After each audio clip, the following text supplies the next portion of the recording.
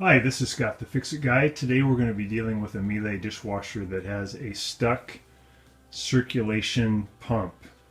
And the way we know we have a problem is we come over and we see that flashing intake drain light. And that's just telling us that the dishwasher had a problem. And you can see that flashing on and off.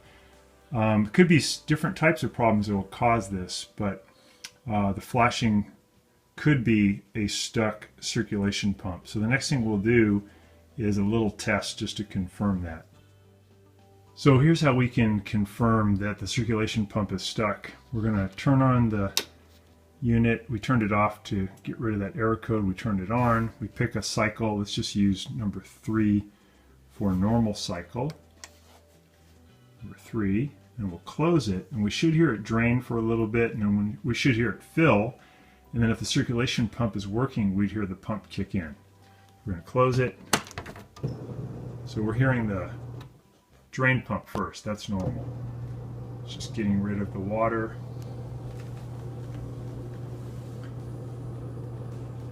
That's exactly what's supposed to happen. And that just takes a few seconds, and then we should hear water coming into the unit. Remember that drain light can flash, the intake drain light can flash due to not enough water, can flash due to too much water. So now we hear the water pouring into the machine. So that's normal. And then if we get to a point where we don't hear anything, there's silence, and we know we have a stuck pump. So it filled all the way up, but now we don't hear anything.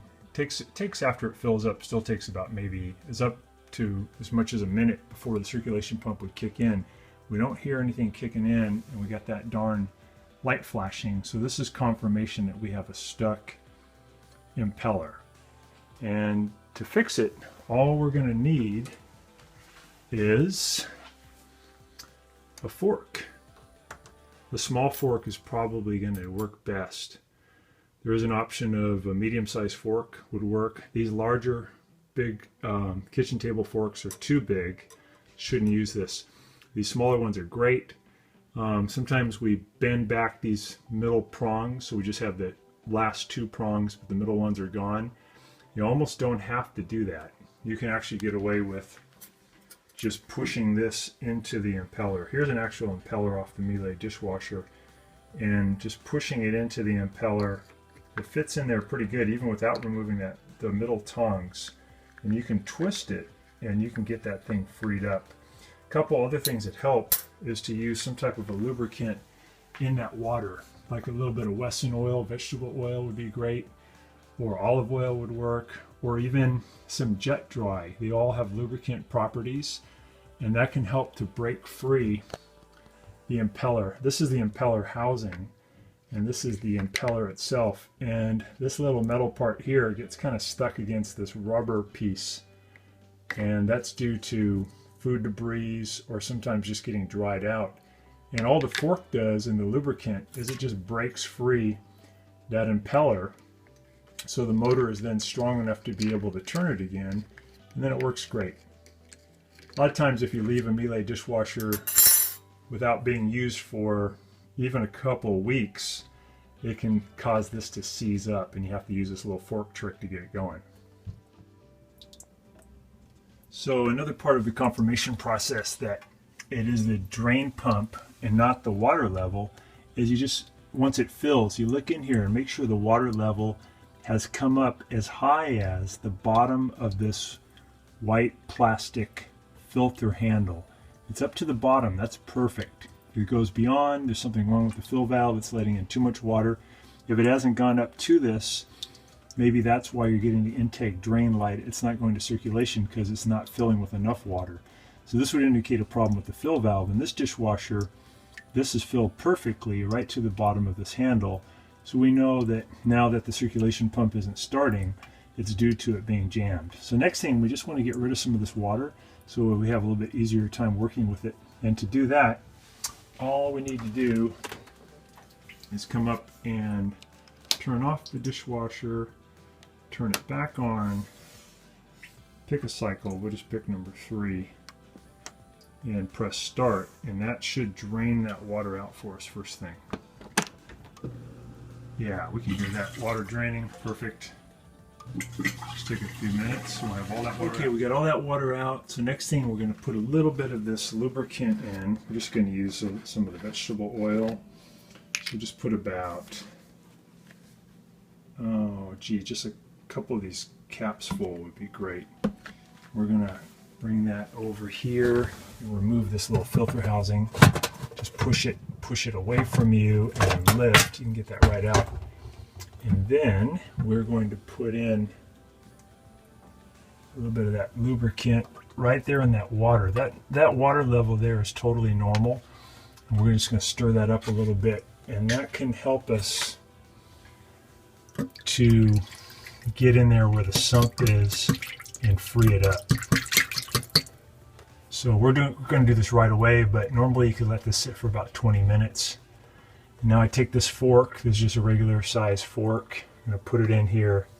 You can see this little slot we're pushing it into. I'm going to wiggle it around until I can feel the impeller. Now I'm going to grab the fork and twist it rotationally. So I got to get it in there pretty far, and I want to twist it back and forth. And I think I'm going to use this smaller fork, will be even better.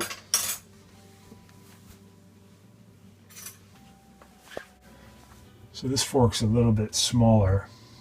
And remember, you can remove those center tangs, probably make it even easier. But I'm going in to that slot, and then once we get that fork in there, I'm just going to turn it back and forth. So now that fork is actually all the way engaged on the impeller, and I'm turning it back and forth.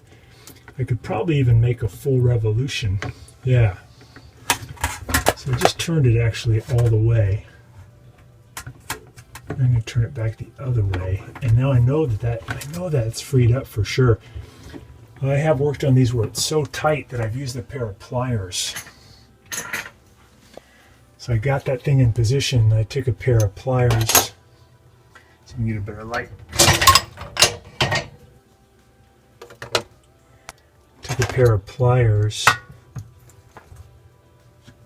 and grabbed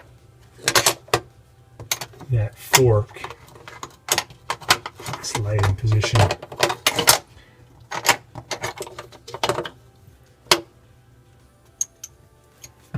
With the pliers, and then I was able to rotate it with the pliers to break it free. And you'll be able to feel it when it breaks free. You'll be able to feel that thing turning, and you know you got it. And then you can just pull that fork out. I'll show you over here with the impeller again what you're doing. So this just goes in, makes contact with the impeller and turns it. And that breaks it free, just rotating it back and forth. And then that should do the trick. Thanks for watching.